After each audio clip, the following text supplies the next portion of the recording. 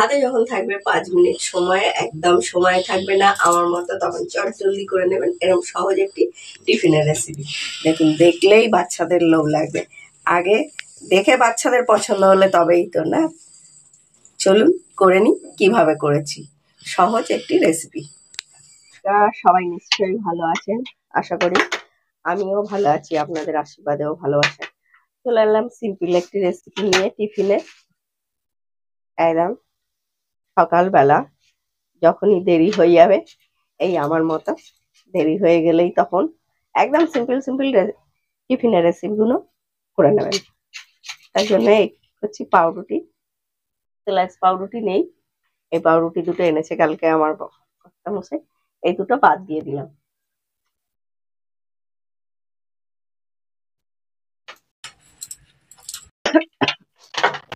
আর নিয়ে নিয়েছি একটা টমেটো কুচিয়ে, একটা ছোট্ট সাইজের পেঁয়াজ, একটু ধনেপাতা, কাঁচা লঙ্কা, আর নিয়ে নেব দুটো ডিম।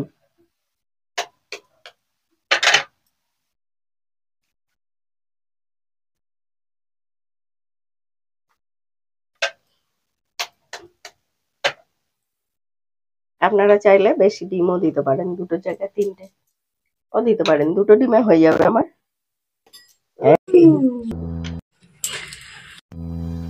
দিয়ে দেবো স্বাদ অনুযায়ী নুন, একটু গোলমরিচ, গোলমরিচের ঝালটা সব কিছুতেই যেন ভালো লাগে। দিয়ে দেবো টমেটোটা। বাচ্চারা খেলে কাঁচা লঙ্কাটা বাদ দিয়ে দেবেন, খুব ছোট বাচ্চারা খেলে অল্প করে গোলমরিচ দিয়ে দেবেন। গোলমরিচের ঝালটা খাওয়া খুবই ভালো।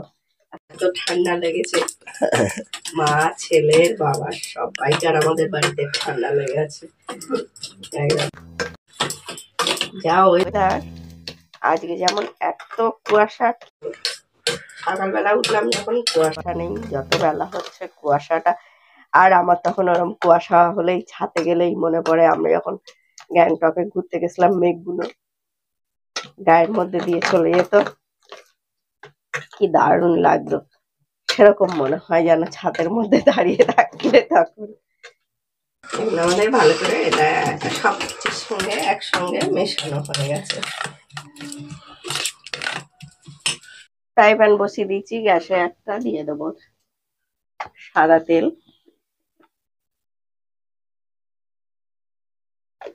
এই 2 থেকে 3 চামচ মতো দিয়ে দিয়েছি।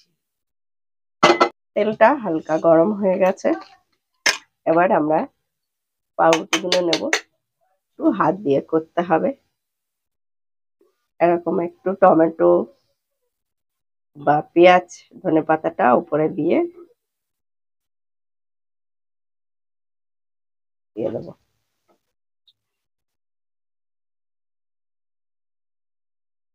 ভালো করে মাখিয়ে নেবেন এরকম।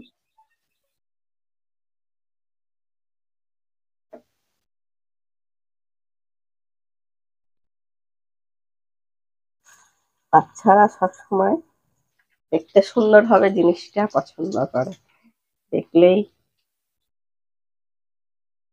ওদের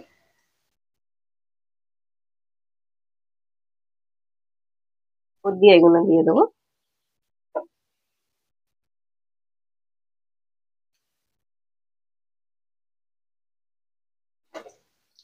আমরা উল্টে দেবো।